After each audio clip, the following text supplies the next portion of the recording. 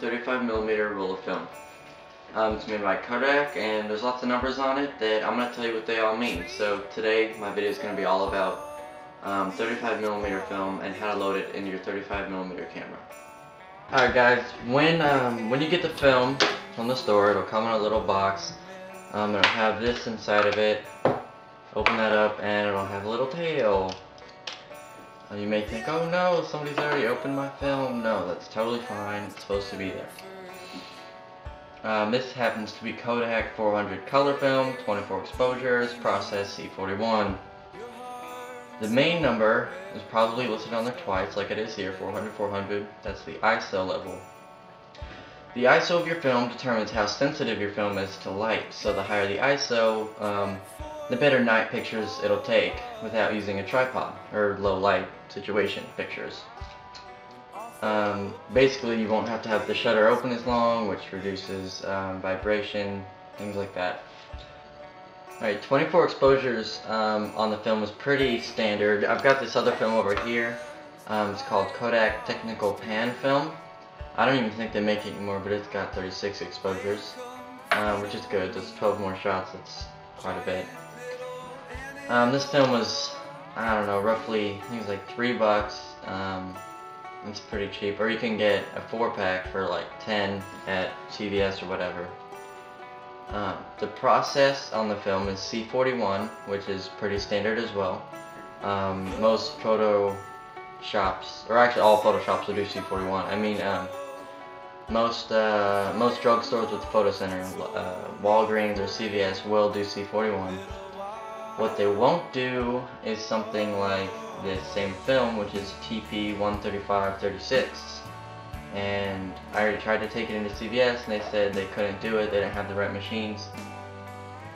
So I gotta take that to a photo store, which is fine, but I don't know, never mind. That's basically all about the film. Yeah, alright, let's get to loading it up. You're gonna take your camera, there's gonna be a little lever you pull up back here in the back. Make sure there's not already film in it, of course. And there you go.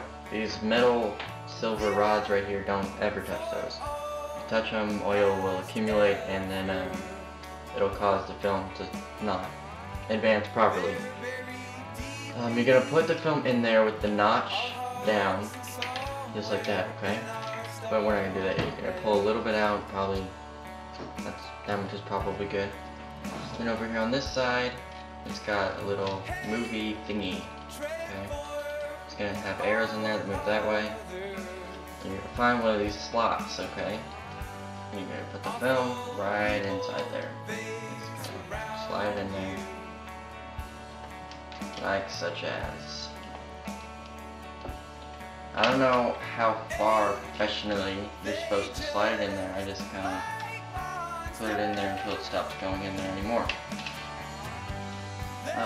I know if you put it in too far, it comes out the other side, and that's not good. So just enough to where it sticks.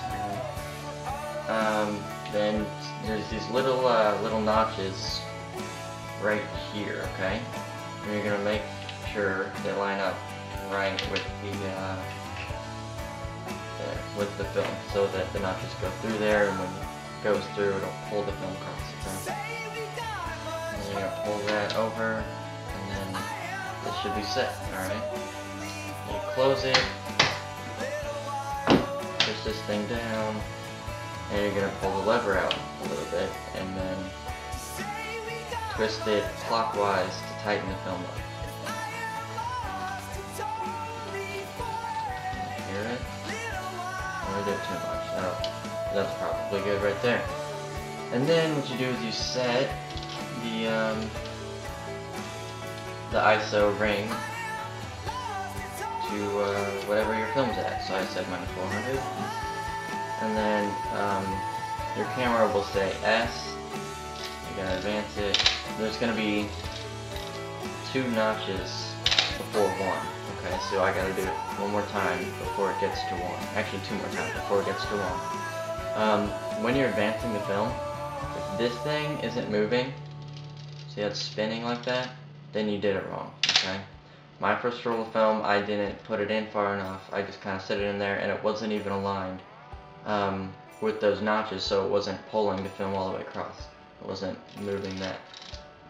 And I did it 2 more times, and now it's set on 1, and my camera should be good to go.